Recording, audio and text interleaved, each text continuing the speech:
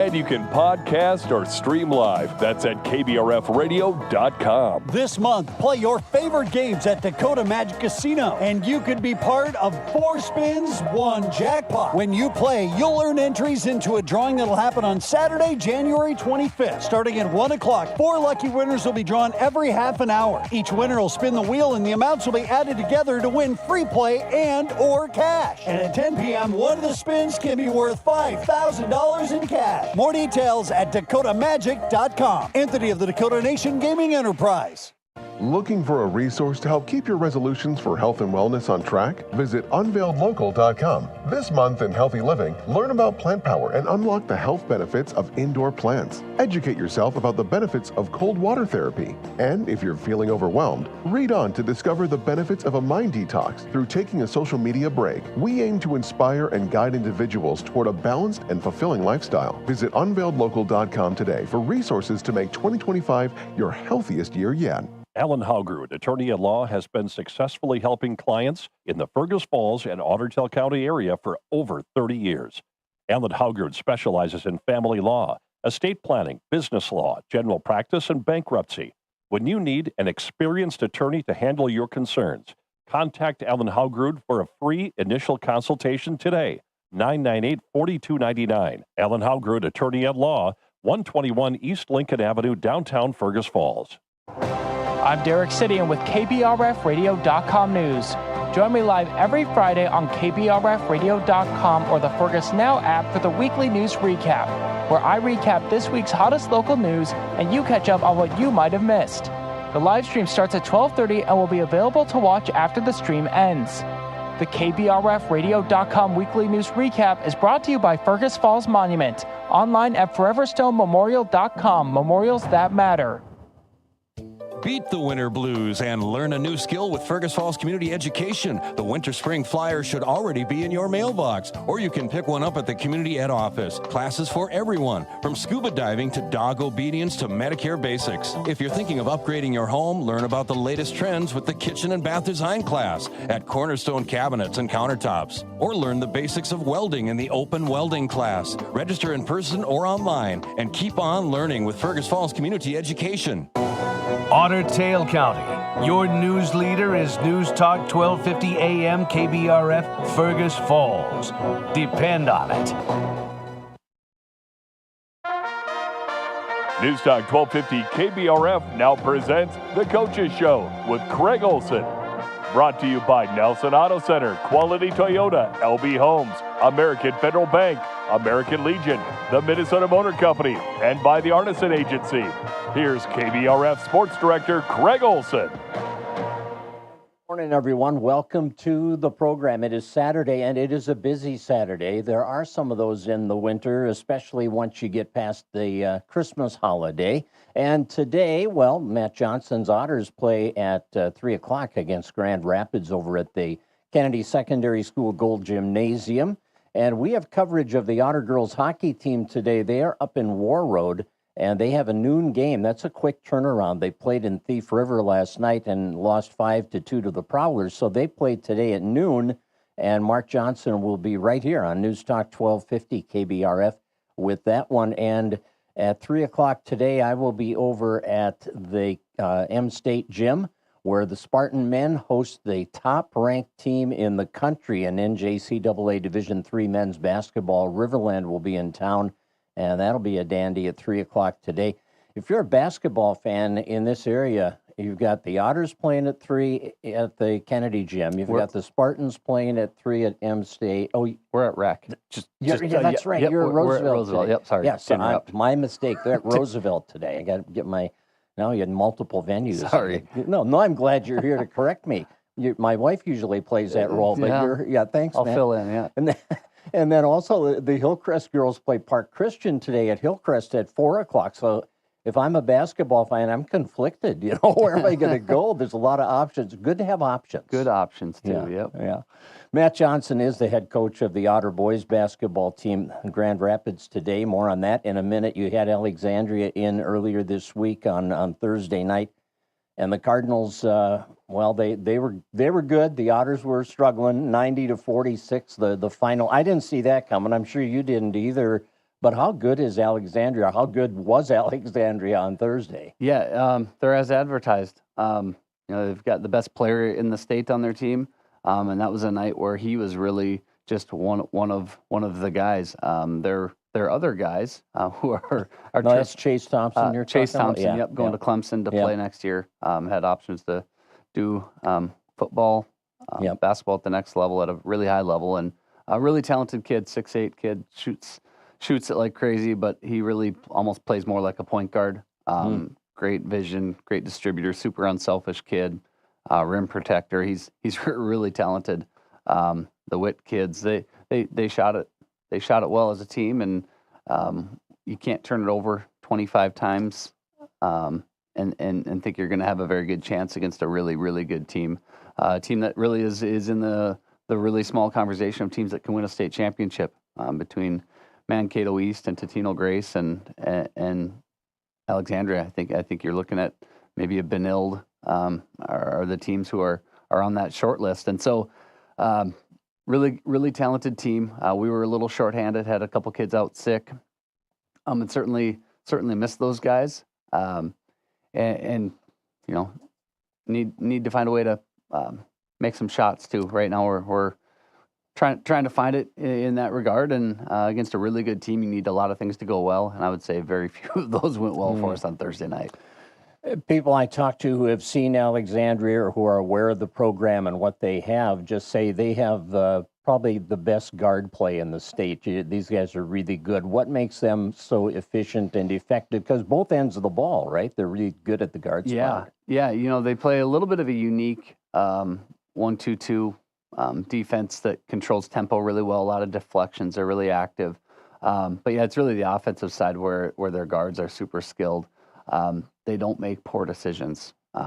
So when you have 3, 4, 5 kids on the perimeter that you put out there that all shoot 40+% from three, they don't turn the ball over. They really look. We were looking at their stats year long, and their kids have assist to turnover ratios of like 22 to 3. I mean, it's absurd how well they take care of the basketball. They all shoot it. It reminds me a lot of the late teens, the couple teams we had that went to state. When you have a run Colbeck Johnson kind of a backcourt is really what it reminds me of. They just shoot the ball so well, but aren't one-trick ponies. Yeah, that makes it tough. And then on top of all that, you weren't at full strength. You had some illness going through the team, and then an injury that occurred to Levi King during the game. Update us on the health of the Otters, because we're playing Alexandria, one of the best teams in the state. And by the way, Ryan Hurst isn't available, Jack Ratz isn't available, and Levi just went down. I mean, that's, insult to injury or injury to insult or something. Well, both of those, I think. It changes the dynamics, really, of how you approach the game. And I was telling you before we went on air, right, we've got tough kids that want to compete. Levi goes down and can hardly walk off the court and goes and gets taped up and comes back and says, "I'm good to go." And I, really, up until the point he went out, I thought we competed really well. I think we were down 6 or 8 when he went down. And the tempo of the game was at a pace we liked. I thought we were taking care of the basketball pretty well defensively. We were stingy. I thought we were doing a really nice job. And when he went down, now you've really got our 3 leading rebounders in Ryan, Jack, and Levi not in the game. Yeah. And it really, I thought that impacted us. Levi's a kid who does so much for us, and we don't talk about him enough. What he brings to this team in terms of toughness, and just he's so consistent. He's so level. You don't see him ride that emotional roller coaster. He just stays consistent. And when he went out, I thought we really missed him. On top of missing those guys who were already out ill. So it changed how we had to approach it. Different guys get opportunities, different minutes. Chances to step up, and tough night to do that. But good opportunities for some other kids as well. Alex Ellison didn't miss at the free throw line for you. That was nice to see. And Alex is one of those kids too that is going to be productive for you. You know what you're gonna get from Alex pretty much. Yeah, yep. Again, you talk consistency, and he's been really consistent for us over the last couple of years. I thought he did a nice job of staying aggressive. You know, they're big on the back end of that zone with Thompson, and I thought he played pretty fearless, catching in the middle of the zone and really attacking and getting to the free throw line. So I thought he did a nice job of competing, right? You know, and you look at a game like that where it gets a little bit out of hand, and you're not going to come back and win that game. That wasn't the situation. But can you continue to compete and value the things that as a program you value and play in the right way? And I thought he did a nice job of that. I thought Henry did a nice job of that. I thought Levi did a nice job of that. You know, guys that continued to compete even when things weren't going as well as we would like or maybe expect them to go. And so some kids did some really nice things, and you try to find those silver linings in a tough loss. Henry Bethel has been a consistent scorer for you and just creates so many things. It can be a real creator for your team some nights. And when you know Ryan's out, okay, Levi's out now. Henry's the one guy that's got the scorer on beside his name there. How did Henry handle that? Did he force some things, or did he kind of just let the game come to him and try to figure it out without his fellow scorers out there? Yeah, I thought he did a terrific job of taking what the game gave him, and we've really encouraged him. He's an unbelievable scorer, and he's got a scorer's mindset. He doesn't think anybody in the world can stop him from scoring, and a lot of time he's right. But we've really encouraged how do you get your other guys involved, and I think he's doing a really good job. I thought it was a night where he really didn't force the issue. You're not going to beat a team like Alexander trying to put the entire team on your back. It's going to take 5 people playing really well, guys coming off the bench and contributing really well. And trust is a word we used before the game, right? We've got to trust each other. We've got to trust that collectively we have to fill a void left by Ryan and Jack not being here. And that's something we have to do as a team. It's not one guy that has to do a bunch more. We've all got to step up, be a little bit more active on the glass, help protect the rim a little bit better by winning our one-on-one battles on the perimeter, and offensively keeping moving to find the right shot. And I thought he did a good job of that. He made some really tough buckets to lead us in scoring, but I thought he did a really nice job. And he's starting to play a little bit more with that point guard's mentality of getting others involved and helping others be productive. So I like the direction his game is going. You mentioned the turnovers. You had 16 in the first half, I think, is what Jason said, and then 25 for the night.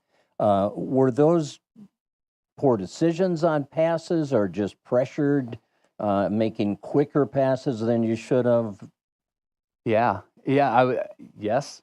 Okay, let's go with that. I thought some of it, when you take Ryan, who isn't necessarily a primary ball handler, but he sits in the middle of what we do, and the ball works through him quite often. So other kids are asked to handle the ball a little bit more. And we have a couple of kids who maybe aren't as accustomed to being, I don't want to say primary, but in the mix of the ball handling against that pressure and against that zone.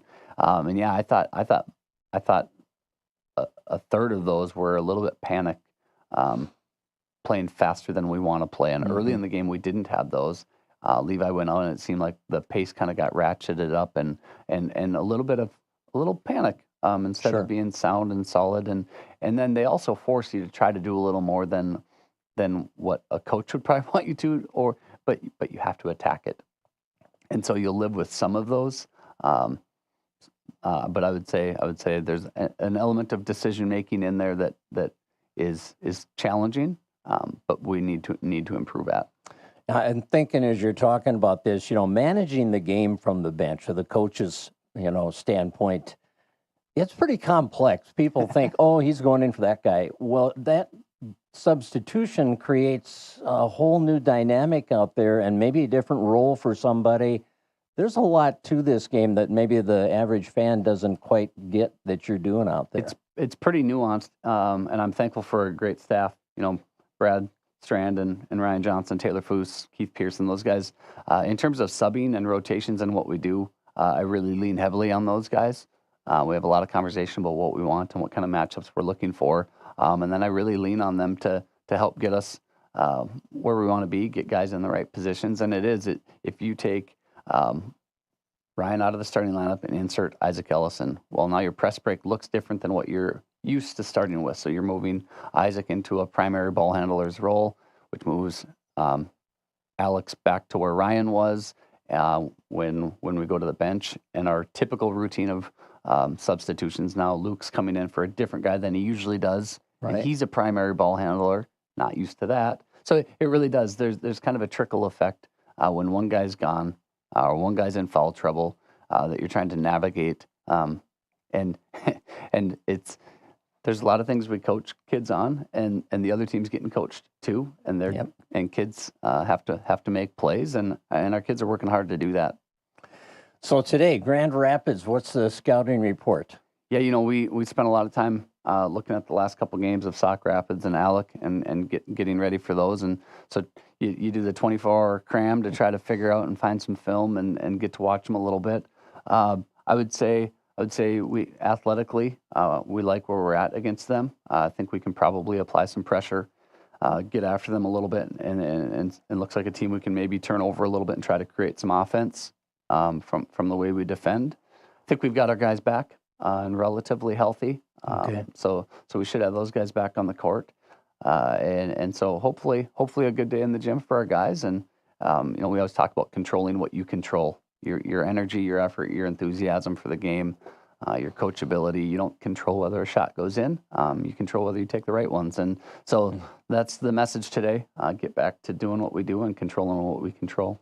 And back in conference play Tuesday at Brainerd, Friday at home against St. Cloud. Central Lakes Conference, you saw the best team in the conference last week. Is the rest of the conference pretty balanced? Or I would say Sauk Rapids and Alexandria have kind of separated themselves right now, and then I would put us and Brainerd kind of in that next small tier. So we'll have a really good challenge. They've played Alexandria and Sauk Rapids to some pretty close games, and Brainerd's always tough, right? Really well coached, offensively, always really skilled. They all shoot it. So we'll have our hands full in that one, and that'll be another fun challenge.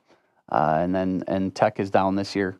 And has really struggled, so it won't be the same St. Cloud Tech caliber of team we've played, but they'll come at you with pressure, and you'll have to be ready to handle the ball and take care of it. All right, keep everybody healthy, Matt. Good luck today. Appreciate it. Thanks for coming in. Those Saturday games are always kind of interesting, aren't they? It's a Saturday afternoon. Yeah. Yep. Okay. All right. That's Matt Johnson, head coach of the Otter boys basketball team. We're continuing with boys basketball. Kellen Shebeck is going to join us. We're going to talk about the Underwood Rockets on the other side of the break.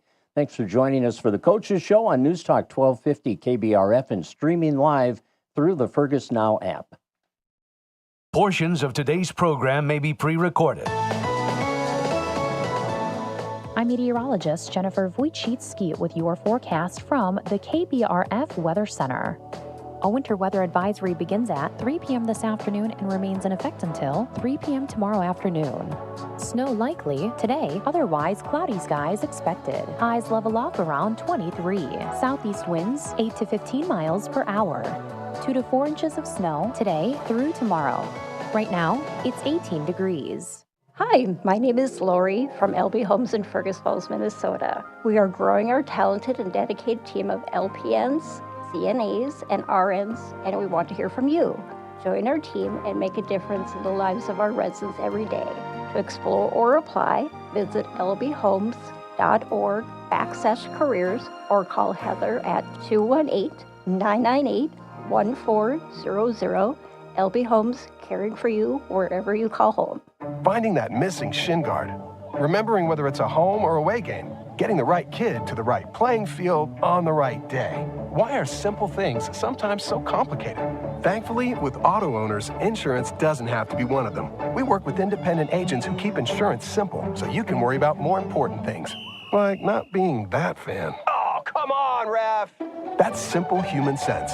Visit the Arneson Agency at their new location, 120 East Lincoln, Fergus Falls. Quality Toyota is proud to salute the achievements of each quality player. It takes teamwork to compete, and the Quality Player Award recognizes the extra effort by an individual in each athletic contest. Quality Toyota commends the hard work, dedication, and quality efforts of these outstanding youth. That attitude will help each quality player as they go forward. Congratulations to each of the quality players from Quality Toyota on West Lincoln Avenue in Fergus Falls. QualityToyota.net. Let's go places.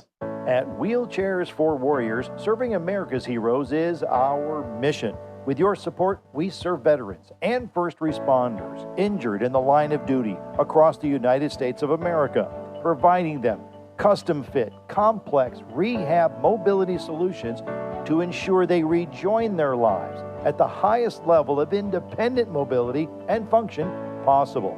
Join the mission at wheelchairsforwarriors.org. Welcome back to the program. Saturday morning, 8 to 9:30. We are live in the studio at Layton Media, and we talk sports for an hour and a half. What better way to start a Saturday, right, Kellen? Absolutely. Yeah, thanks for having me, Craig. Hey, it's great to have you here. Kellen Shebeck is the head coach of the Underwood boys basketball team. I don't know, I still think you should be playing, you know. I've been here so long, Kellen. I remember those days, you know. But how fun is that? I mean, here you are, an Underwood grad. You've got a great history there. Now you're coaching your boys, and you're just you're living the dream, aren't you? Yeah, absolutely. It's been a lot of fun. I really enjoy it. Just being around the kids just makes it fun. And yeah, there's times I think I'm still playing, and then I try a practice drill, and after about 10 seconds, I got to sit down and take a break and let Coach Pearson finish the drill. So, well, your guys they're on a roll here. You're playing well, 4 wins in a row, coming off a real solid win over Battle Lake Thursday night, 67-27, and earlier in the week you beat Parker's Prairie 78-58. So a couple of conference wins there. You also play a lot of guys. You're getting a lot of guys into the mix, into your rotation. How much growth are you seeing? Because you got some young kids in those young kids and in your depth. Yeah, you know, we came into this year believing in our depth and knowing we had it. We took a hit to it early, kind of. Owen Herrig was able to play the first 2 games, and then he had some concussion symptoms come back to him from a football game. And he's been out since. So we really hope to get him back. January, might be February, but just hope for his health, obviously. But as a senior captain, that's hurt. But yeah, we're playing a typical, for sure, 8-man rotation. And then we're not afraid to go 2-3 more guys off the bench from there if needed when it happens. So. And it seems like, I mean, these guys are producing when they're in there, and I'm sure they all have their areas of expertise here. But it's not like they're coming in and just filling space for 2 minutes while this guy gets a breather. Everybody's contributing. No, we have 8 guys right now that are averaging 15 minutes a game or more, which has been really nice. And that's taken into consideration Drew Evelvold playing, you know, mid upper 30s out of them. So, but yeah, we've had 2 in this 4-game win streak. I think 2 or 3 of the games, our leading score has been 13 points. You know, and that's scoring 60s and 70s. As a team. So yeah, it's been really nice to, you know, you got an 8-man rotation where everybody's at least 6-7 points. And Mr. Double-Double, I guess, Drew Evelvold, 33 points, 10 boards against Parker's, and then another solid game against Battle Lake where he didn't score that many, but he did 6 assists, 6 rebounds, 8 points, gets kind of every category there. And he's just kind of the go-to guy, right? Yeah, we had a rough start to the season on it, just as far as an energy standpoint goes, where we just struggled to maintain a consistent defensive energy on it. And we just made some changes on it and moved Drew to point guard. We were turning the ball over a little bit too much, we felt, and it's really changed his game a lot as well. So it's given him a little bit more confidence, given him more minutes on that way, and kind of being able to kind of control a few things. And yeah, you know, like you said, Battle Lake, he only played 4 minutes probably in that second half. So yeah, 8 points, 6 rebounds, 6 assists, and I think he had 18, 19 minutes, but that he's a very unselfish player, so it makes it very easy to coach, and it's been a good move for us and good for our young guys. Drew has a lot of experience. Hudson Risford has a lot of experience, and Caleb Hammis has a lot of experience. But the other 5 guys in that 8-man rotation, this is their first year of varsity basically. So while we thought this was going to be a big experience year for us, having a lot of experience, we have a lot of new guys. Yeah, I was interested to see Levi Wilson's production for you. It kind of came out of nowhere to me. I wasn't familiar with Levi, and here he is registering double-doubles for you, 16 points, 12 rebounds against Parker's Prairie. How far has he advanced in his game? On probably further than any player I've ever seen in 1 year. Levi came to us as a sophomore. His dad's an administrator at school in Underwood, moved here from southern Minnesota, and so he was ineligible sophomore year for any varsity minutes as a transfer rule. And then the second year, last year, he got injured. He was playing some JV, but Levi's always been a guard. That's what he was. He was a three-point shooter and a guard. And over the summer, and then about 2 practices in, the coaches sat down and went, we should try Levi down low. I mean, he's 6'4", 6'6" wingspan at least, and left-handed helps down there as well. And we talked to him, and he just looks at us, goes, yeah, whatever, I just want to play. And Levi's slotted right into playing, upper 20s, 30 minutes a game, and yeah, he's a double-double as well. So that's pretty awesome. Yeah, to see that progress, and coaches love that, of course. As far as your defense goes, and when I think of you and the way you played the game and your guys at that time and your philosophy, I think you like good defense, obviously. That's kind of where it starts, and we hear it all the time. Defense wins championships, and you create so much of your offense off good defense. And you've been doing pretty well, forcing some turnovers. What kind of gets you going on the defensive end? What's your main defense? We're a man-to-man team. Typically, we'll play a little bit of zone here and there, but it's not very common. I don't like it. There's a time where it calls for it, but just as a coaching staff in general, we like our man-to-man. We want our guys to like it, and we think even a zone defense is based off man-to-man principles in my mind. So even if you want to be a good zone team, you have to understand the man-to-man part. So we like to do that. The energy that we have to bring in our communication on the defensive end is what's kind of changed our season, in all honesty. It's Aiden Olson's a junior that moved into the starting lineup probably 5 games ago, and he didn't even play in the varsity games in the first couple of games, and his energy and his community, he's as steady as it gets. You know exactly what you're getting from him every game. He will be there. Whether he's scoring or not, he actually should get 3 times more rebounds than the stats show, because all these little guards sneak in and steal the rebound in front of him while he's back boxing this guy 4 feet backwards, So it's just an energy type thing that you get out of an Aiden Olson, and that does flow into our offense so much. And it's not just Aiden, it's just all 8 guys, 9 guys, 10 guys are now buying into that and seeing it. It just takes a few guys to start communicating and flying around on the defensive end. So. Well, I know one stat I noticed in your reports throughout the season is you've got a lot of guys with multiple steals every game, so it's not just 1 or 2 guys that are causing the problems defensively. Yeah, we've kind of settled in a little bit to a rotation. We have a lot of really good on-ball defenders, and our principle has not been, we don't always want to steal the ball from the ball handler, right? We're just trying to create some chaos with them, or just make them uncomfortable. And those guys that are 1 or 2 passes away, got to be ready, right? Got to be ready if we get a deflection on the ball, or if somebody else gets one, you got to be ready to get that. And Aiden Olson's really turned that up. And then Drew Revelwood's been great on the other teams, typically best guard, ball handler type. Drew does a great job of it. Max Grove's got these long arms at 6'3" sophomore. And then Grady Shebick, the freshman, he'll come in and he'll pester a lot of guys. He's not afraid to step in and take a charge or just do anything to bug somebody. So. The emergence of the stat changes in sports, we used to see points, rebounds, assists, turnovers, pretty much.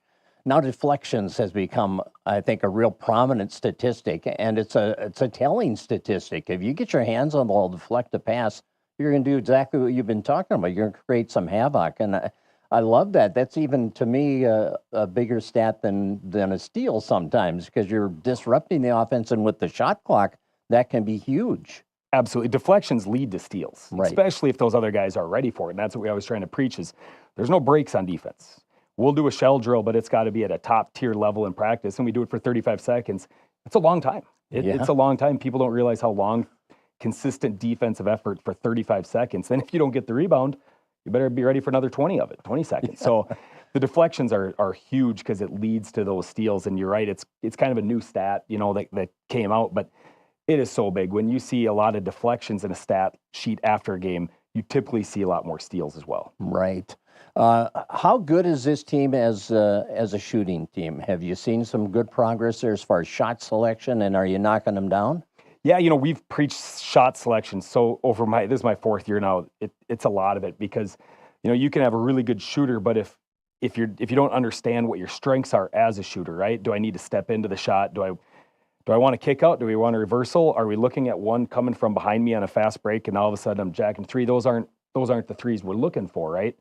So we talk about that. Then it's about building the confidence of it. And then just this year we started talking about the passes for the shooter, right? You know, that it was an NBA team that came out with a stat that statted it. If you hit the shooter in his pocket, here was their team's shooting percentage. If you were just outside that zone, it dropped 5%. If it was way outside that zone, it was dropping 15%. And so we talk about that type of stuff on focusing. So, yeah, this I was looking at our stats actually beforehand, and on the season for 11 games, we're shooting 29% from three, which isn't good. But if you take just the last 5 games, we're at 37%. Which is good. Yeah. And we do have 3 guys shooting 40% plus over 40 on the season too. So it's nice. So that's been nice too. So it's been improving, but to us, I always will say it comes on the defensive effort. Defense will always carry our offense. When you're up and ready to play defense, everything's flowing. Your energy just carries to the offensive side. The other stat I was looking at and liking was against Battle Lake, you had 27 made baskets, and on those 27 made baskets, you had 18 assists. So that's a good ratio, assists to baskets made, and yeah, that's another thing. I talked about shot selection, knocking down your shots. Well, getting the ball to your shooters, just what you're talking about, in a position where they can do some damage is key. Yep, absolutely. It's helped open up the floor for some of our older guys that want to make plays, you know, that have been there with, you know, Hudson and Drew and stuff like that. So it's really opened up the court with those younger guys. You know, they're that Daxton Risbrut, Max Grove, Grady. Those guys have been playing a long time. They just physically weren't always ready, and they're starting to get there. And they understand the game very well. So just having them on the court and knowing, and now being physically mature enough to ready for the varsity level, has been really big for us and really good for the team. So. Yeah, you go through that little growing pains when you have young guys, and then all of a sudden you see them mature and get better and get confident, and you're enjoying that right now with those guys. Okay, this week you got one game, Brandon Evansville, the Chargers. What's the scouting report on Trent Hintermeister's team? Yeah, they were one of, if not my pick, to win the conference this year. So they're a very good team, and they've risen up to that. I think they had a tough loss to Hillcrest earlier, but the conference is very balanced this year. You know, in the past few years, it's kind of been a team that, you know, is Border West goes to state, Hillcrest last year with their size. This year, I believe it's wide open right now. So it's a huge game for us with Brandon. They have the returning conference MVP, Micah Fuller, back. So yeah, they got a good team. They can shoot the ball well. They're big and strong. They understand the game. They're going to have intensity. Yep. That should be a fun one, and that's on the road for you Tuesday night. It is. Right? Yep. Yeah. What do you do with Micah Fuller? How do you defend him? Do you put a guy on him and say, you know, like in Hoosiers, you know, I don't know what flavor of gum he's chewing? And yeah. I don't know if we're going that back, but yeah. We'll talk about it as a coaching staff typically over the weekend. And figure it out and then have a plan Monday. But in all honesty, a lot of what we've changed halfway through the season, you know, after the first 5 games, is we've backed off the scouting reports. As coaches, we want to know it and we need to know it, but we try not to give our guys too much to think about. We know what we need to do. We want people to play our style, and we need to execute our game plan. Yeah, we're going to give the guys some tendencies, but we're not going to change everything if we don't have to. And there's going to be games that we do, right? Against Hancock, we did play a little bit of zone with Big Chase Evink in there, you know, so we'll change it a little bit, but we've really tried to simplify it for our guys and say, no, this is what we do and this is how we do it. Now go execute it. So it's a pretty interesting conference. There's a lot of good teams, a lot of different styles in the Little League Conference right now. Kellen, thanks so much for making the short drive from Underwood over here to visit with us this morning, and congratulations on a great start, 4-game winning streak. It's going to be a fun Little League season. Yes, thank you very much, Craig, for having me. All right, Kellen Shebeck, head coach of the Underwood boys basketball team. We're sticking with basketball. Josh Steers coming up next. We're talking Otter girls basketball. They had a huge win last night over St. Cloud. We'll look at that and talk more about the Otters and what's coming up after this timeout. You're watching and listening to the Coaches Show on News Talk 1250 KBRF and streaming live on the Fergus Now app.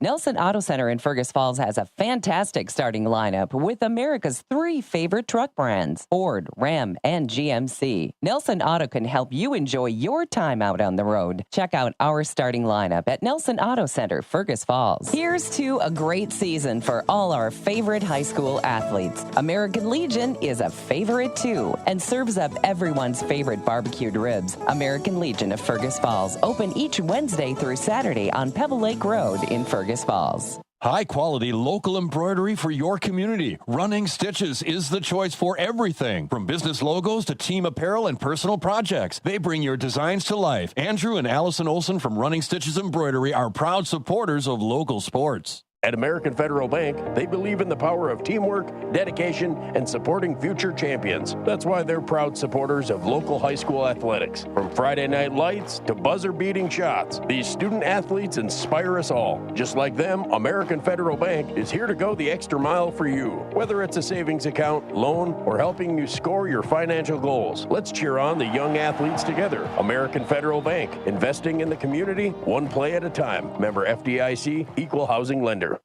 When a warrior faces adversity, he fights through it. He finds a way. Freedom isn't free. Rolling strong. Belief. Believe you can, and you will.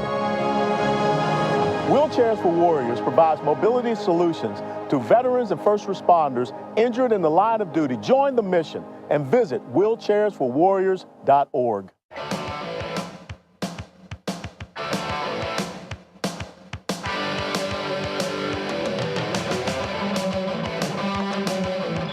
Welcome back to the show. Josh Steer is joining us, the head coach of the Otter girls basketball team. They had a big win last night, 84-13 over St. Cloud at the Roosevelt Gym, and that came on the heels of a 76-56 loss to a really good Alexandria Cardinals team. Josh, good morning. Morning, Craig. How are you? Good. You kind of had the exact opposites, polar opposites here. Alexandria, one of the best teams in the state at any level, and St. Cloud, which is just struggling big time. And that's, talk about night and day. Two teams preparing for and seeing it play out on the floor.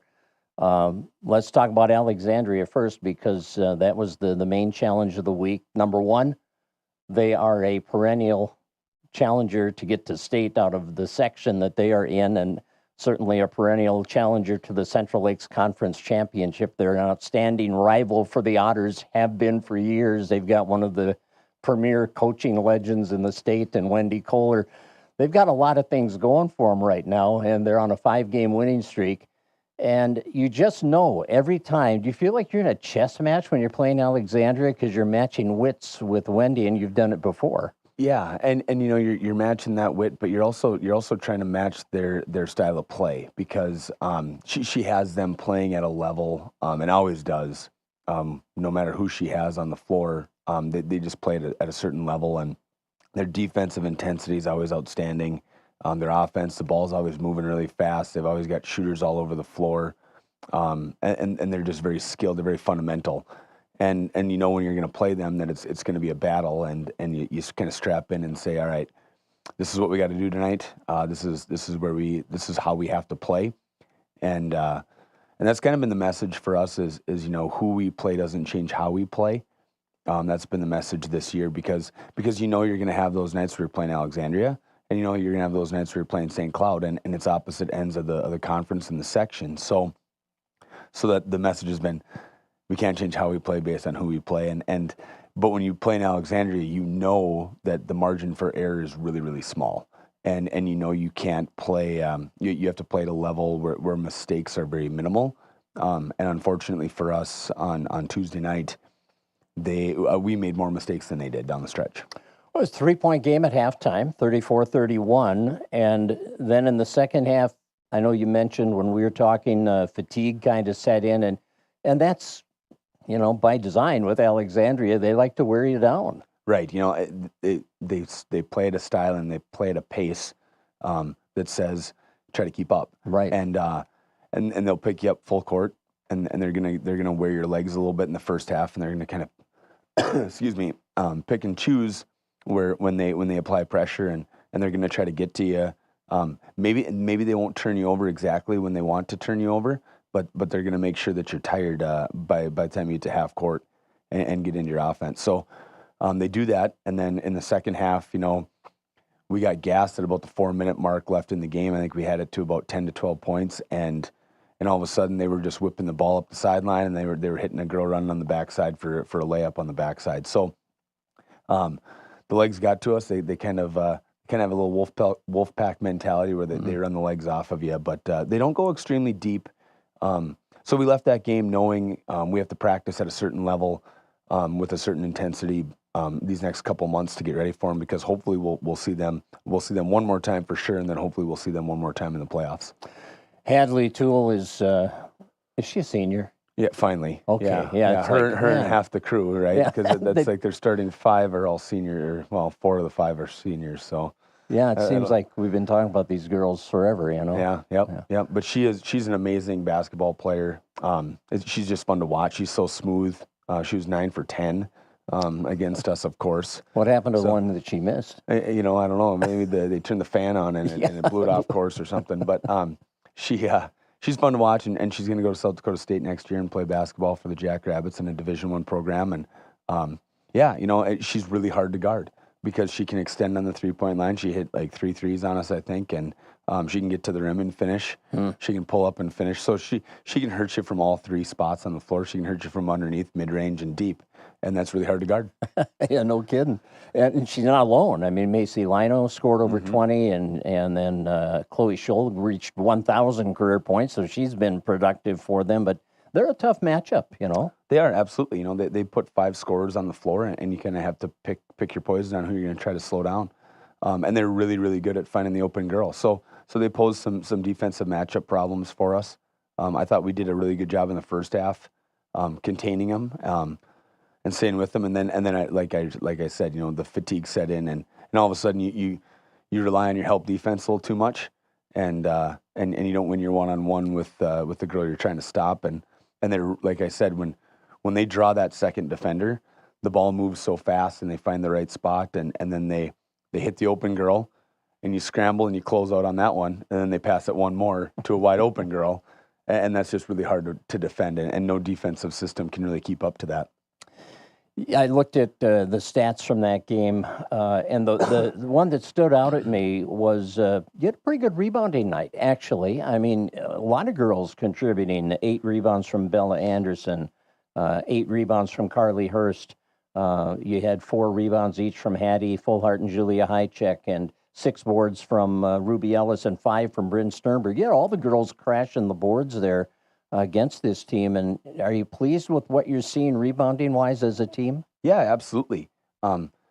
We've really put a strong emphasis on that this year. A little bit more on the offensive side too, but the defensive side especially. But the funny part about Tuesday night is both teams shot it pretty well, so there weren't a ton of rebounds out there, especially for us on the defensive side with Alexandria shooting it so well. But when you win that category and you win the turnover battle, you're going to put yourself in a really good spot. And unfortunately, we did not win the turnover battle, and then we left a lot to be desired for on the free throw line again. Well, you had that edge on the boards again last night, 46-21, but a much different game. You only allowed 11 points in the first half and had a sizable lead at halftime. But then, what in the world? In the second half, St. Cloud did not get a field goal. They only had 2 free throws for the night. And I'm thinking, wow, and you scored 84 points, so you had the offense going for sure, but I'm thinking that's got to be tough for the winning team, too, to go out there and execute against, what you're seeing on the other side of the floor and to keep your focus. But it seems like the Otters were able to keep their focus even as the game, the lead built. Yeah, and they came out and they played a 1-2-2 zone, which I wasn't quite expecting. I thought maybe they'd pack it in with a 2-3 zone or they'd been playing a lot of man this year, but I knew that they'd struggle matching up with us.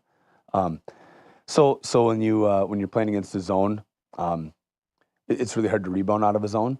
So I think we crashed the offensive glass pretty well last night. and gave ourselves multiple chances. But yeah, you know, when you go into games like that, it's you know, you want to play your style of basketball.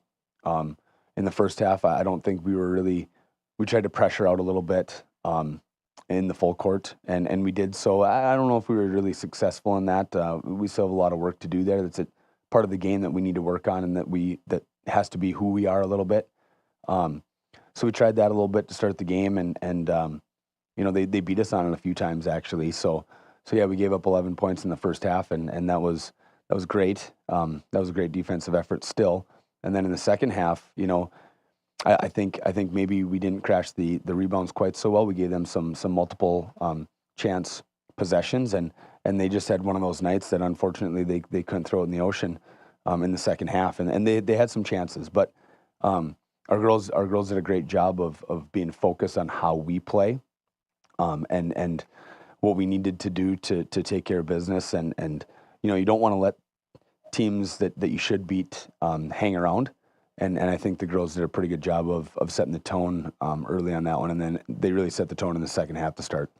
Well, you make the most of a situation like that, and in this game, that means some kids get to see some extended minutes of varsity playing time that they may not normally see in a game, and you did get a lot of girls some minutes last night. Yeah, you know, we've been really, really happy with how some of our girls have been practicing. So we extended our bench a little bit this week. We added, I think, 4 girls to the roster, 5 girls to the roster.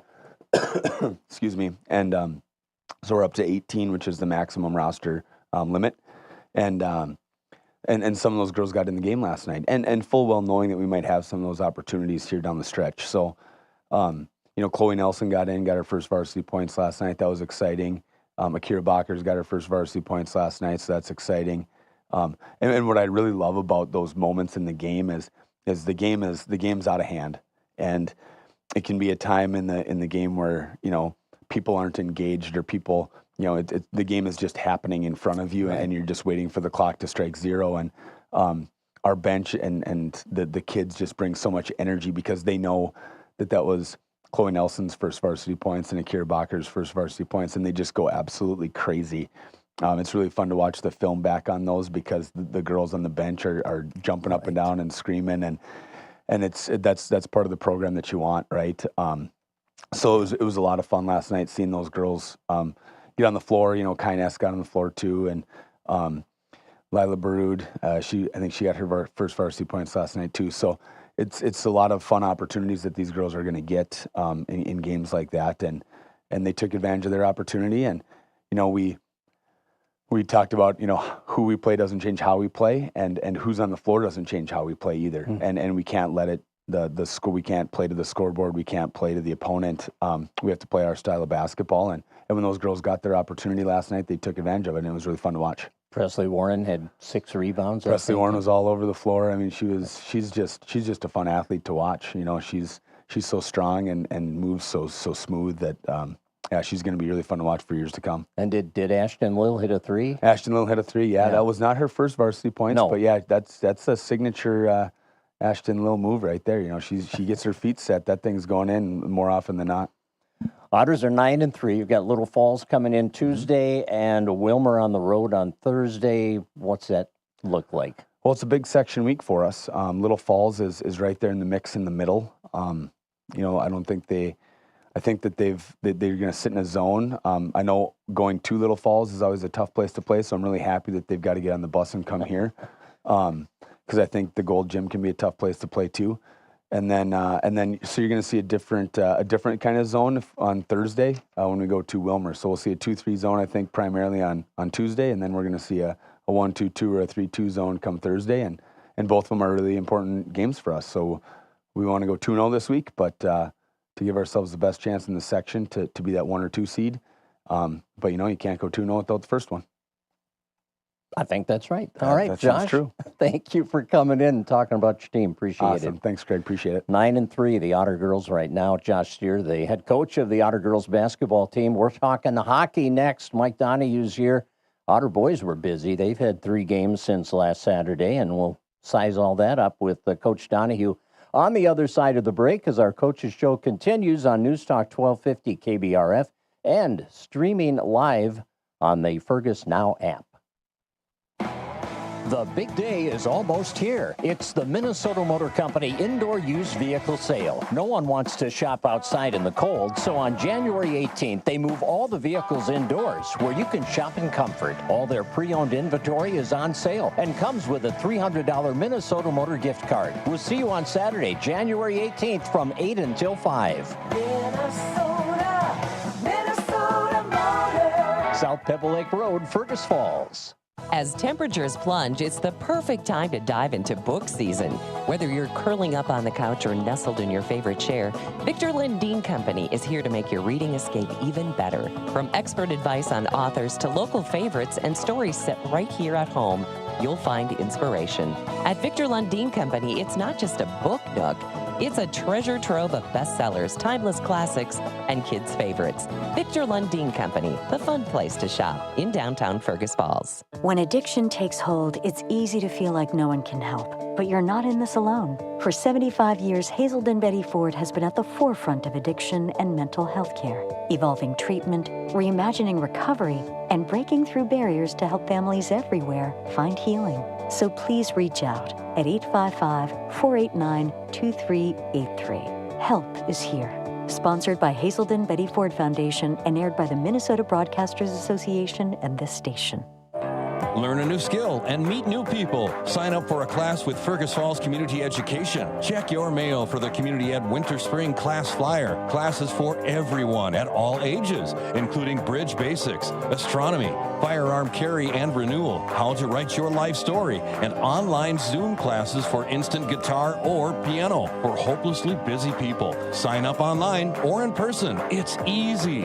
And keep on learning with Fergus Falls Community Education. Misinformation. I said Mike Donahue was here. He's not. Mike is busy. Yeah. He's pheasant hunting.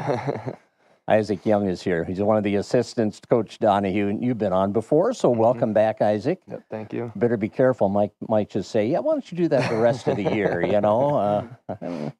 He's a veteran coach, so he can do that, I guess. Apparently. What a busy week for the Otters, though. I mean, we go back to last Saturday, and you had Marshall in town.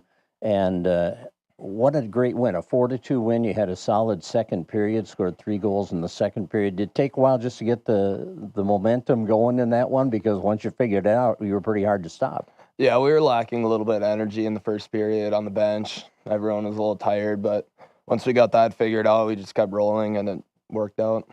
Well, Michael Schmidt had 3 assists in the game. Aiden Shakey had a couple of goals. Michael Schmidt has kind of turned it up to a high level here. He had another great game, which we'll talk about in a little bit, against St. Cloud the other night. But Michael just seems to be clicking right now. Yeah, he's been playing really well. He's been the play driver on that line and just runs away with the game sometimes. Tanner Donahue got the first goal for you from, he had Luke Johnson out there and Caden Zender. That line seems to be coming together pretty well for a young group, too. Mm-hmm. Yeah, 2 freshmen and a sophomore. So it takes them a little bit to get going, obviously, because high school, everyone's way bigger and faster, stronger. But they're starting to figure it out, and they're playing really well. What makes them kind of click as a line? Are they complementary players in to each other? Is one more physical and one more of a scoring touch? How would you define that line? I think they're all just really smart players. Tanner, he's been defense his whole life, and we just kind of threw him at forward. But he's starting to figure that out, getting better on the forecheck. And then Luke is really good with pucks, skating it in, good edges, and then Caden is good at finishing. So they all kind of complement each other really nicely. Well, they could provide some good years of hockey together if the coach doesn't mess with the line, that is, right? That happens every now and then. Jack Weldy got a power play goal for you. How would you assess what's happening on the power play right now? The power play is clicking. They're playing a lot better than they were at the beginning of the year. We're trying to get them to just simplify it and set up and get in their spots and move the puck around, take good quality shots instead of forcing plays through the middle. And I think they've been doing that. Michael Schmidt's our quarterback on the power play, the top guy, and trying to work with him to be a little better at communicating with his other guys out there to kind of tell them where to go, what to do, and it's been working. Yeah, he and Aiden Shakey had assists on that power play goal, so there they are clicking on the power play too. Holden Stenstrom stopped 18 of 20 shots in goal for you that night. How would you assess Holden's play right now? He's been playing well too. Kind of a little rough here and there a little bit recently, but overall he's been really good and making the stops that he needs to. After that win on Saturday, you got into a week where you had two tough opponents, Alexandria and St. Cloud. And Alexandria, well, they're a 4-1 winner on the Otters. They put 20 or 30 shots on the net, and I think the Otters had 22 or 23 shots that night. The Cardinals have always been a tough opponent. You played against some really good Cardinal teams. Otters-Cardinals is a great rivalry. How would you describe how that game played out? Where did Alexandria have the advantage, and when did they kind of take hold of that game? I think we played with them really well the whole game. We kind of ran out of gas at the end because they scored 2 late ones. I think they scored 2 in the last 6 minutes. Right. But they're 3 lines deep, and all 3 lines are fast, and they all play a fast game, and they can all handle a puck. So we would get caught running around a little bit in our D zone, and that's how you get tired, and they just kept doing that every single period, and it showed. For the most part, though, you felt you were able to match up with them? Yeah, definitely. I think we had more scoring chances than they did, good quality ones. We just couldn't finish, and they ended up finishing on the ones they had. Is Alexandria a physical team? I didn't think they were like super physical. I think we were just as physical. I think if we're more physical, we would be better off against them to slow them down and get them out of their game.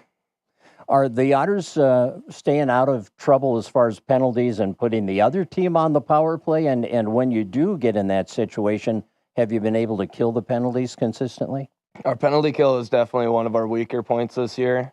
We're trying to work with everybody of like pressuring them and not giving them time and space, but it's hard to get in that mindset when you're on the PK. So, but we've been better at staying out of the box in the last, I don't know, 5 games or so, I'd say. And that's how you have a good penalty kill, stay out of the box. Yeah, pretty simple there, isn't it? Isaac Young is with us. He's assistant to Mike Donahue of the Otter Boys hockey team. The Otters had a busy week. Their 3rd game of the week was on Thursday night at the Community Arena. St. Cloud was in town.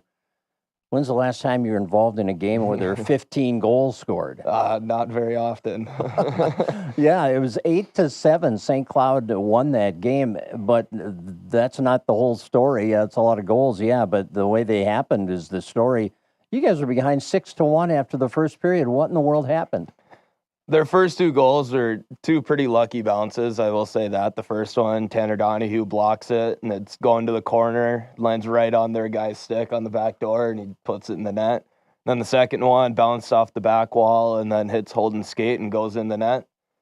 So those you just kind of shake your head at, but the boys on the bench, nobody had energy in the first, and nobody was finishing their checks or anything like that, the simple plays that we'd try to have them do, and as the game went on, it got better, but... You know, when you're down 6-1, one of 2 things can happen. You can get mad and go out and say, okay, we're going to turn this around. Or you can go into a shell and say, well, who do we have next? You know, like this one's over, you know. Yeah. And it's not like it got much better after 2 periods. It was 7-2. You're still down 5 goals going into the 3rd period. But you always wonder as a fan and as a broadcaster, okay, what's going on in the locker room here between periods? Were there any challenges made or anything special that kind of really got the team going? I think the biggest thing, Donnie was really big on just having them go back to what was working against Alex in the games we were winning, and that's finishing your hits and getting the puck deep and skating hard and staying in the right positions in the D zone. And the first period, nobody was doing that. The second period, it started to get better, and then in the 3rd, we went back to that, and the game flipped. Well, it's a good thing you did. And really, in a game like that, Isaac, when you're down 7-2 and you've only got 17 minutes left to make something happen, it's so important to get an early goal. And you did get one in the first 4 minutes of that 3rd period from Adam Kennedy. Yep. Yeah, Adam, I think that one, he came in and just shot low. No. I think that one, he had a one-timer in the slot from a pass out behind the net. And that kind of got everyone a little more life on the bench because you're like, oh, it's only 4 goals now. So, yeah, and Shaky and Schmidt, the usual suspects, assisted on that one too. So that got you going, and then just a few minutes later, you had one again by Adam. Had 3 goals in a row and 4 in the third period. That doesn't happen often. No, that's pretty rare. Yeah, the second one he came in, kind of picked a pass and came in, shot low blocker off the post. Then that got everyone a lot more life going. And then his third one for the hat trick, I think it was on the power play, and he got it on the goal line and just kind of had a little stuff play and shoved it into the 5-hole. That got everyone going again because we were only down by 2 at that point. Well, and then they, 15 seconds later, Michael Schmidt scores, and all of a sudden you were right in it. Yeah, it was crazy. Michael Schmidt comes in on the forecheck, pokes it off their defender's stick, and takes it to the far post and puts it in the net, and everyone was going crazy. So it's 7-6, and we're getting late here, and Holden's going to be skating to the bench. You're going to get the extra attacker out there. We've seen that work many times, and it probably fails more than it works, but to give yourself a chance, you need that extra skater, that extra room out there on the ice. Did the Otters create any opportunities when you had that advantage and with the net empty or not? We had a couple scoring chances, but not super quality ones. We couldn't really get it set up. St. Cloud did a good job of pressuring hard. And then they ended up actually getting an empty net goal. That was their 8th one. Yeah, to make it 8-6, but you weren't done yet, right? No. Yeah, Adam got his 4th goal then. Yeah, Kennedy comes down the right wall, and he's pretty much on the goal line. He just rips it short side high on the goalie, and 4 seconds left, 5 seconds lleft.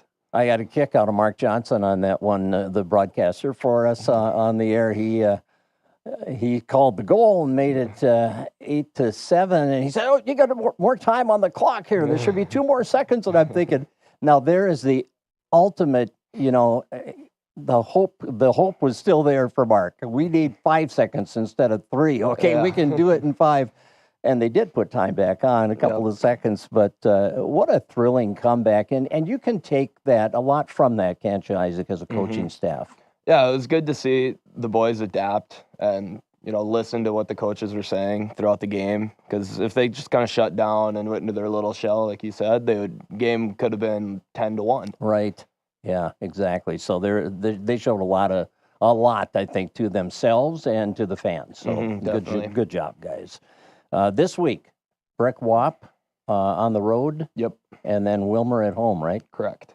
Okay. Well, we'll see how that plays out. Now, the Breck Wap game is not a conference game, but not a conference, but they're both section games. They're both section games. So, yeah, those can be pretty important, right? Get to that seating time. Yep. How's Wilmer this year? I think they're struggling this year. I don't know a whole lot about them, but that's kind of what I've heard. Okay. Well, Isaac, thanks for coming in and talking about the Otter Boys hockey team. Hopefully, Coach Donahue gets his limit of pheasants, and you get a nice pheasant for filling in, okay? Yeah, thank you. All right, Isaac Young, Otter assistant coach to Mike Donahue with the boys hockey team. Hannah Clark is going to join us to talk Hillcrest girls basketball. They've got a big game today at home against Park Christian. They are 11-0 to start the season and ranked high in the state, so good things happening. We'll find out more from Hannah after this break on News Talk 1250 KBRF and streaming live on the Fergus Now app. From the lakes to the plains to anywhere in the world, KBRFradio.com and the Fergus Now app. News Talk 1250 AM KBRF, Fergus Falls. Nelson Auto Center in Fergus Falls has a fantastic starting lineup with America's 3 favorite truck brands, Ford, Ram, and GMC. Nelson Auto can help you enjoy your time out on the road. Check out our starting lineup at Nelson Auto Center, Fergus Falls. Here's to a great season for all our favorite high school athletes. American Legion is a favorite too and serves up everyone's favorite barbecued ribs. American Legion of Fergus Falls, open each Wednesday through Saturday on Pebble Lake Road in Fergus Falls. Delight your taste buds with a modern twist on comfort classics. UnveiledLocal.com. Freshen up the weekly meal dinner menu with light and flavorful dishes for the new year. UnveiledLocal.com. Discover quick and cozy one-pot meals for busy winter nights and delightful snow day treats to add fun to cozy days. We're dedicated to adding spark to those with a passion for flavor and a love of culinary arts. Check us out at UnveiledLocal.com. High quality local embroidery for your community. Running Stitches is the choice for everything, from business logos to team apparel and personal projects. They bring your designs to life. Andrew and Allison Olson from Running Stitches Embroidery are proud supporters of local sports. Quality Toyota is proud to salute the achievements of each quality player. It takes teamwork to compete, and the Quality Player Award recognizes the extra effort by an individual in each athletic contest. Quality Toyota commends the hard work, dedication, and quality efforts of these outstanding youth. That attitude will help each quality player as they go forward. Congratulations to each of the quality players from Quality Toyota on West Lincoln Avenue in Fergus Falls. QualityToyota.net. Let's go places. Well, we are back, and we're talking Comet girls basketball. Hannah Clark is here, and what a run here, Hannah, to start the season 11-0. Last I saw, you were like ranked third in the state. Is that still right? I think so, yes. Okay, yeah. You don't pay a lot of attention to that. But it's great for the program. It's great for the girls. It's great for the fans who are filling your gym and watching you play, and you're getting some notoriety around the state, which is never... It is, and that's what's fun. I think it's kind of funny. A couple people are saying, who's Hillcrest Academy and where are they? So that's been fun. And what we tell the girls is, these rankings don't really matter, but what we want, if we're ranked third in the state, we need to practice like we're third in the state. We need to play like we're third in the state. So keep those expectations. We can't go out and just play like we think we're good, but we need to go out and prove it every single night. And it just goes to show, Tuesday when we went to Parker's Prairie, they played us really well, and we didn't come quite mentally focused, and it came down to the end of the game. And so we just continue to tell our girls that every single night we need to play tough, play focused, play together, because this conference at any given night, anyone can come to play and knock you off. Yeah, it was 78-56 at the final, but that you had a real surge at the end there. Your philosophy with your team, and you've got great balance and a lot of good things happening, and defensively you're so aggressive and fun. But is your philosophy kind of we can wear down most teams, we need to keep pressure on so that in the last 10 minutes we've got the advantage? Yes, we've talked about that with our press against some teams where people have been breaking it and maybe it's not paying dividends in the right at the time, but we're looking at the long run. And if we can wear down those main ball handlers and make them really, really work for every single basket, down the stretch, it's going to pay off. Our girls have been committed to making sure they're well conditioned, and so that they can, if needed, press all 36 minutes. And they really enjoy it. Anytime we tell them we're going to take the press off or switch it up, they get a little sad look on their face. And so they love it. They've bought into it. And it's just been fun to watch them continue to improve with that. And they're an aggressive team defensively, which can sometimes lead to foul trouble and bad situations as far as, okay, what are we going to do personnel-wise? We got two players in foul trouble, something going on there. But they don't seem to really get in too much trouble. Yeah, we've been lucky. There's been just a couple games where we've had a couple of our guards get into foul trouble, but nothing that has really become an issue where they've had to sit for long periods of time. And our girls have just really worked on playing defense with hands up, trying to be as clean as possible. And it's kind of funny, a lot of myself and a couple of our other assistant coaches, we're really offensive minded. But Coach Greg Preston, he is all about defense. And so he really brings that intensity to the team, and the girls just love it, just love him. And so he really pushes those girls to play smart and disciplined defense. And how a guy that's so reserved and talking about aggressive defense, it's like, wait a minute, Greg, you're supposed to get... Yes, yep. Yeah. But he's just been such a great addition this year, and he loves those girls, loves this team, and he just has so much knowledge and so many years of experience. So it's been great to have him. You're enjoying this team, aren't you? They get along. They're balanced, and you were telling me it doesn't matter. They don't care if they score or if their teammate scores. They get just as excited. Yeah. This last week, Kate Olson scored her 1,000th point, and I went back and watched it happen about 3 or 4 different times, and I just watched every single girl's reaction on our team. And it was just so fun to see how excited they got for her. Yeah, we're very balanced. Any given night, we can have a different leading scorer.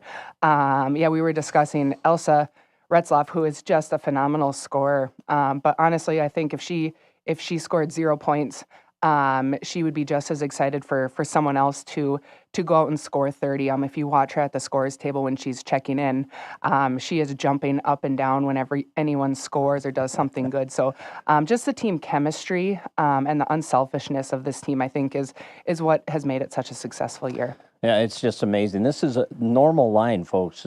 From that win over Parker's Prairie, Elsa Retzloff, 20 points, Elin Retzloff, 17, Avea Stender, 17, Ella Knudsen, 17. I mean, that's pretty cool to see that. And talk about Avea and how she has emerged for you. It's been a lot of fun to watch her. She's just becoming so much more confident, and she's so strong.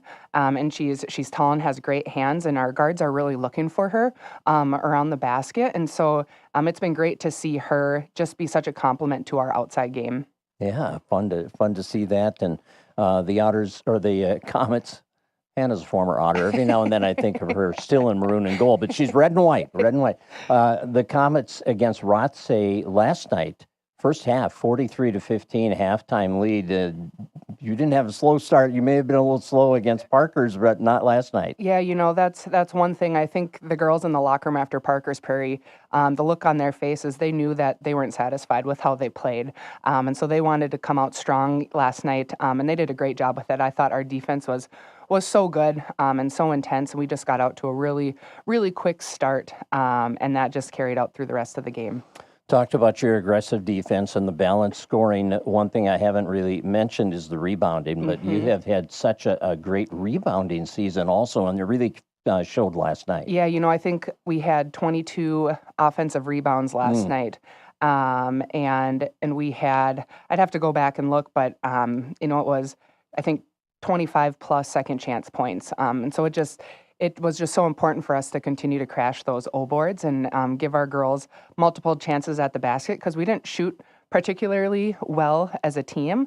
But if you get, twice as many shots as the opponent, you're going to put yourself in a good spot.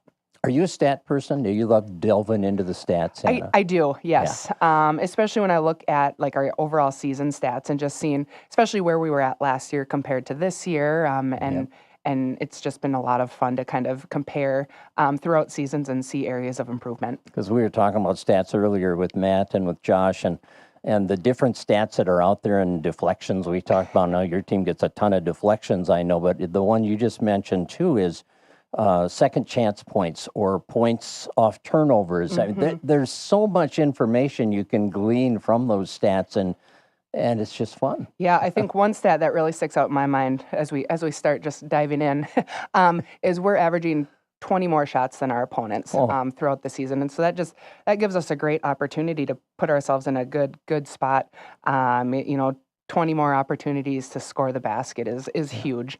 And so I love to see our girls just working hard, buckling down on defense, not letting them get a bunch of easy looks, and then continuing to crash the old boards. Yeah, and 22 offensive rebounds will create those opportunities. Yes. The bad news is we missed the shot. The good news is we get another one, right? Yes. And then turnovers, of course. Yes. And that's been a huge part of your game also. Park Christian today, they're pretty good. Yes, it's going to be a fun game, a fun day, doubleheader with the boys. They're right there at the top of our section with us, and it's always just a good rivalry game. They've got a lot of great shooters, a lot of strong players. They're very fundamental. So it'll be a good game. It'll be a good test for us. See how our legs are doing coming off of a game last night. So our girls are going to have to stay disciplined and work through maybe some stiffness. But it should be a fun one. And they're a section opponent too, right? So yeah, and we only play them once, so we don't really like to tell the girls how big of a game it is. But if we're close at the end with QRF, if that win going head-to-head is going to be huge. So it's going to be a big day for us. You know, talking about all these stats and the scoring balance and all that, and I keep thinking, of course, well, Ella Knutson I didn't even mention yet, but Ella's been just a force for you, and I know you commented on her game last night, and she just stuffs the stat sheet. That's one of my favorite. And last night, 13 points, 9 rebounds, 4 assists, 7 steals. And then you've got Ruby Peterson. They're probably your two most experienced varsity players, and Ruby had 11 last night, but we've talked about this before, the glue, right? She kind of makes you go. She really is. And it was fun to see her hit a couple outside shots last night, and I think when everyone saw that first 3 go in, everyone else just gained confidence with that. But they're 2 good leaders for us. Kate Olson as well. Those are our 3 captains. They complement each other so well. They push each other, push our team, and make sure that they're doing everything that they can to help this team be successful. But yeah, Ruby, man, she just controls the game, controls the tempo. Even if her stat line, it's not a ton one night, what she does for us overall is just so huge. She keeps our team calm. She may not get the steal, but she probably the one who created it just by being in the vicinity. And Ella has been so much more aggressive on defense. We've really challenged her to look to jump passing lanes and be a little bit more assertive on that. And she's really improved on that in the last couple of games. So those 2, they just, whether or not they stuff the stat sheet, what they do behind the scenes is so huge for us. Yeah, it's a fun team. I know your fans are having a great time. You've had some great crowds, haven't you? Yes, and last night was fun. There was no boys game, so everyone was able to be in the gym. Today's going to be fun one. Park Christian brings their whole school and all their family, and we're gonna have a big crowd, so it's fun. And I think our girls are fun to watch. I'm probably a little biased, but they work really hard. They get so excited for one another, and I think it's just a fun brand of basketball that they play. So it is fun to come and watch. And that's 4:00 start today? Yes, yep. We're scheduled to start 4. I Right. would probably guess it would be a little bit later with all the other games, but yes, 4:00, and then the boys varsity to follow us.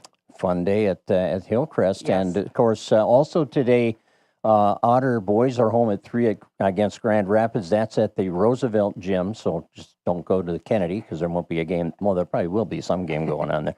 And then I'm with the Spartans today, too, and that is the number 1 team in the country, Riverland, coming in to take on the M-State men at 3 o'clock. We'll have that on Channel 977 FM, by the way. And after today, what's ahead this week for the Comets? We go to Underwood on Tuesday. Ooh. And then Battle Lake on Thursday. Okay. Yes. Well, Underwood just got bumped by Hancock last night. Yes. That's going to be a battle, isn't it? This Yes. section is loaded. So it'll be a fun one on Tuesday. Absolutely. Yes. All right. Very Thank good, you. Hannah. Thanks for coming in. Hannah Clark, head coach of the Hillcrest girls basketball team. We'll take a time out. One more go around here. Dave Marceau is here, Battle Lake girls basketball coach. We're going to stay in the Little 8 conference, so be sure to stick around here on News Talk 1250 KBRF and video streaming through the Fergus Now app.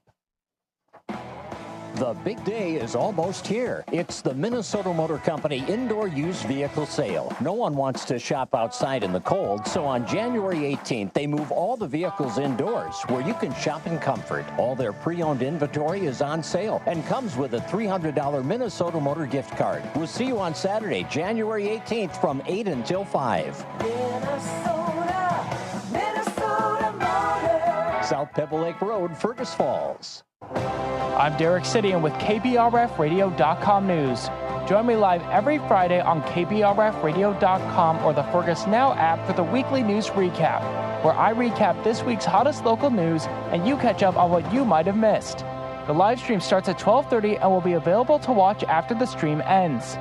The KBRFradio.com weekly news recap is brought to you by Fergus Falls Monument, online at foreverstonememorial.com, memorials that matter.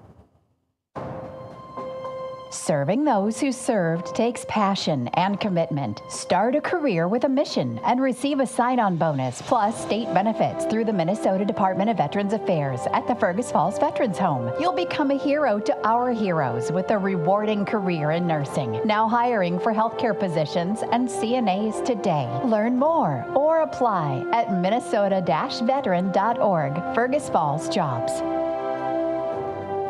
For inspirational cards and gifts, the best selection is at the Victor Lundin Company. For confirmation, weddings, anniversaries, or life's other milestones, the Victor Lundin Company has an excellent selection of faith-based products perfect for the occasion. Browse Lundin's selection, discover items you simply can't find anywhere else, providing inspiration and devotion for daily living and celebrating life's most exciting events. Victor Lundin's is the fun place to shop since 1914 in downtown Fergus Falls. Welcome back to the program. Dave Marceau is here, the head coach of the Battle Lake girls basketball team for quite a while now. What year are you in? It's been, well, I had a few years off in the middle, but this is my 18th year as the head coach. So okay. Yeah, it doesn't seem like it, but it's starting to add up a little. And David's the AD also over at Battle Lake, and we work together a lot during the season. Thanks for all your good work with organizing things. And I know last night you had to host the radio. Jason Retzloff was there for us, so you put that together on your end, and we always appreciate the cooperation. Yeah. So it was always great to have Jason in the gym. So. Oh, absolutely. I enjoyed listening to it last night. You got your first win. It's been a long time coming. You got a young team, and it was one of those games last night where you had the lead at halftime by 10 or 12 points. And then, at halftime you go in, and what was your message? Because they have not had the win. This is a different setting. Right. Yeah. The first half, I think we started off really pretty strong. We got a lead and then kind of let it slide a little bit, put them on the line a little bit and gave them too many opportunities from the free throw line. So felt like they were kind of clawing their way back in a little bit. And so we talked about that, not putting them on the line, playing solid defense without fouling. And so I think we did a better job of that. And they hung around there in that beginning of the second half. And we just had a nice run there towards the end of the game and pulled away and made the score look a little more lopsided. But they battled hard against us the whole night. So 67-37 was a final win over Ashby for the Battlers. What kind of keyed that run for you, David? What kind of got you going there when the game was kind of in the balance? Yeah, we actually got some breakaway baskets that, kind of opened it up a little bit. And that's not typically our game. We don't get a lot of that. But we were able to get some transition baskets, and that made a difference and just kind of gave us a little more of that cushion. Few shots fell in that, there's probably no secret. We've struggled to score points at times this year, and that's been a difficulty in some games. We play good defense, but just don't put enough points up. So when some of the easier baskets come or some of the shots start to fall, we've kind of known all along that that's kind of the remedy here is we got to put the ball in the basket a little bit. And so when that happens, I think it makes it a little bit easier on us. And then I think our defense shows that we can stay with people. So, well, and like I said, you are young, and your leaders last night, point-wise, were two sophomores, Cadence Call and Skylar Jacobson. And you had to rely on some of your younger players because Kennedy Cameron got in foul trouble right away. Yeah. So she ended up sitting quite a bit, and obviously, she kept looking at me like, when am I going back in? But as in coaching side, you're kind of sitting on that going, as long as we can stay with them here, we're going to make sure we have her at the end of the game. And she understands that, of course. And, but again, those younger players really stepped up for us. And honestly, we've been kind of waiting for one of those breakout games from either one or both of them, and so to see that last night and, you never want to see kids have to be, not be able to play or on the bench and so on. But sometimes that does create opportunities for other kids. And I think those two took advantage of that and knew they had to step up, and we challenged them to do that, and they really did come through. Where are they strongest in the offensive end? Were Cadence and Skylar kind of part of that transition game you're talking about, or do they shoot the three? Where do they get their points? For sure on that transition part, Cadence got a couple of breakaway baskets. She hit a couple of big threes. So, she did... she's capable of all of those things. She brings some quickness to our team that, we always, you need that. And but she is capable of hitting some of the perimeter shots. Skylar is, our 5 position, and she's strong in there. She's a strong girl, and we've been looking for her to assert herself a little bit more. And I think that was kind of the challenge last night on her side, was to assert herself inside against the Ashby players. And she, first half, she scored a fair amount in the first half, but we weren't seeing so much of that assertiveness. But in the second half, she really stepped up, and she was getting on the boards, and she was finishing shots, and so that was really good to see. But yeah, Caden brings us that perimeter kind of a presence, quickness to the basket, and that helps open up our offense. And Skylar's kind of that solid inside player that we need to kind of balance out the offense. Well, you talked about kind of waiting for one of them to emerge, and now after last night, it'll be interesting to see how that affects their confidence moving forward. Right, and that's, I think, with both of them all along. It's been a matter of finding that confidence. As young players, they don't just walk onto the court with that automatically, and so with a little bit of success here, I think that's, obviously going to help with that. And then if we balance that and bring Kennedy, back into that mix, obviously she's our rock when it comes to offense. We get 15 or better a night from her all the time, and we need that, and she knows that. And so she provides that for us. But if we can balance it out, when she's the only one putting it in the basket, it gets tough on her because she draws a lot of attention then. Now, if we can spread that out a little bit, should only help our game.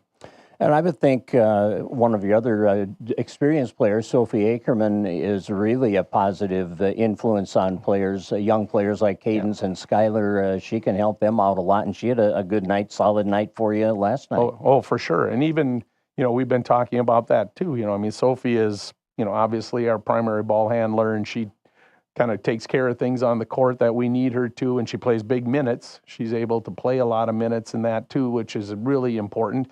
But you're right in terms of helping those kids along. But we've talked to her about, we need 12 points from you. When we haven't scored enough at times, we need some contributions from everybody. And for her to get 13 last night, felt like she was kind of, hunting some shots last night, which she hasn't always done.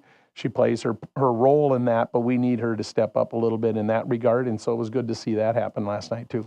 And defensively, last night you must have executed well, and Ashby has struggled to score points this year, but you limited the damage there, and in key moments you were able to make the stops. Yeah, for sure.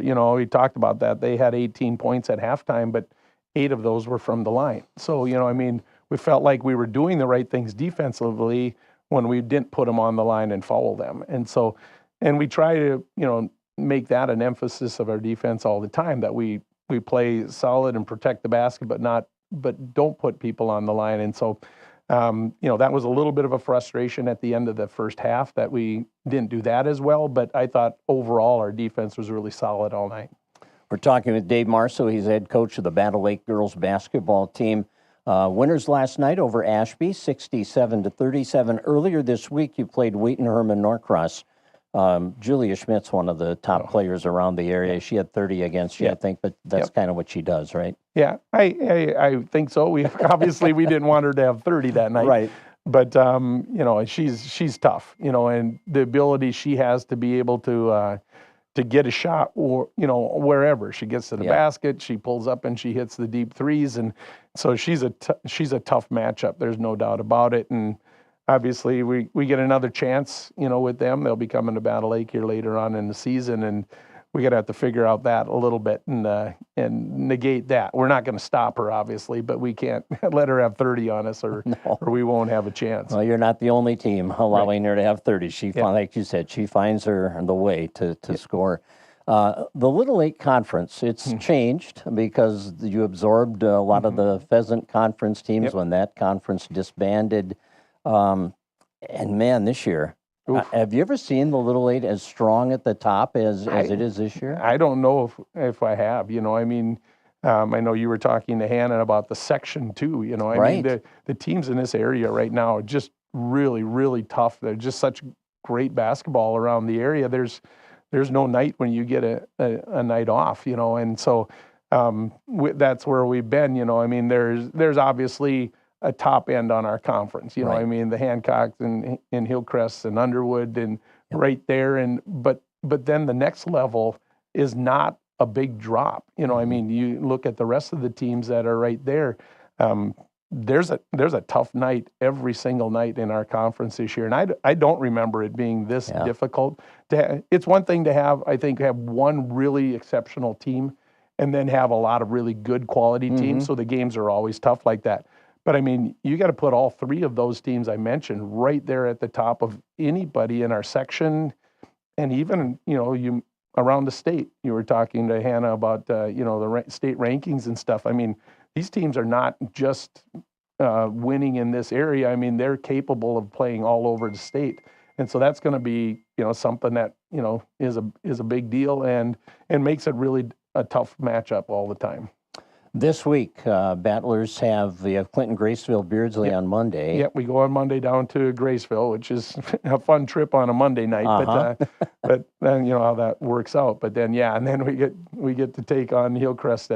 We're home this time. There you go. I mean, obviously that's I hope an advantage, but they're just so balanced and so tough all the way across the board that we felt like we played really tough against them for a half. The first time when we played in Hillcrest, but it's difficult. I mean, like again, I don't mean to keep referencing Hannah's, but following her up is a tough follow here. But I mean, they just wear you down. I mean, they're so deep, and they have so many athletes across the board that they come at you, and you can have a good run or you have a good stretch.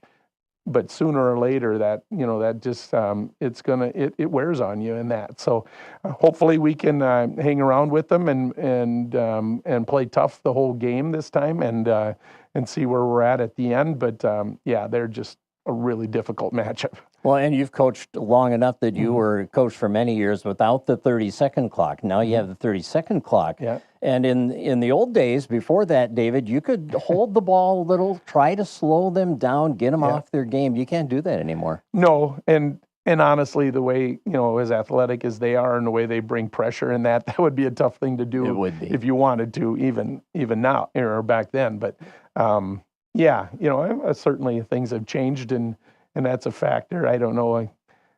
As I watch around games and stuff like that, I haven't heard the shot clock go off very much. No. Most teams are getting shots off plenty early, so I think any thoughts people had going into this that the shot clock was going to really change our game, I don't know that it's affected it that much. I would agree with that. Totally. Well, the final question I have for you is, what is, as the head varsity coach and the AD, what is the health of the Battle Lake basketball program when you look down the road, to the junior high and the elementary kids? Sure. Are the numbers growing? How is that being affected? I would say we've been right now we're a little bit on the lower end of it. The boys have a few more numbers in on their side of the program, and we do, and there ebbs and flows. Our size school, we just don't have that consistency grade to grade with the numbers. So I think we're all right when we look down there, but I don't think we have big numbers coming up. So I would say, as a general rule, it's a couple of lower boys grades that have a lot of kids that are playing right now. So if those kids stick that out, I think those numbers could climb a little bit, but maybe a little dip coming up here for the boys side too, in terms of numbers. But like I said, it changes so much and it ebbs and flows for us that we'll just see how it goes as we go ahead, I guess. Sounds good. David, thanks so much for coming in. I texted with David or emailed or whatever I did last night around 11 o'clock and said, hey, I've got an opening on the coaches show. And he said, I can do that. Yeah. So here he is. So thank you. You Appreciate bet. that. Appreciate congratulations on the first win. Thank you. All right. Dave Marceau, head coach of the Battle Lake girls basketball team. Remember, today, noon, Otter hockey from War Road. The Otter girls taking on the #1 ranked team in the state, the War Road Warriors. Mark Johnson has it here on News Talk 1250 KBRF. We'll be back next Saturday morning from 8 to 9:30 with our coaches show here on News Talk 1250 KBRF and streaming live through the Fergus Now app.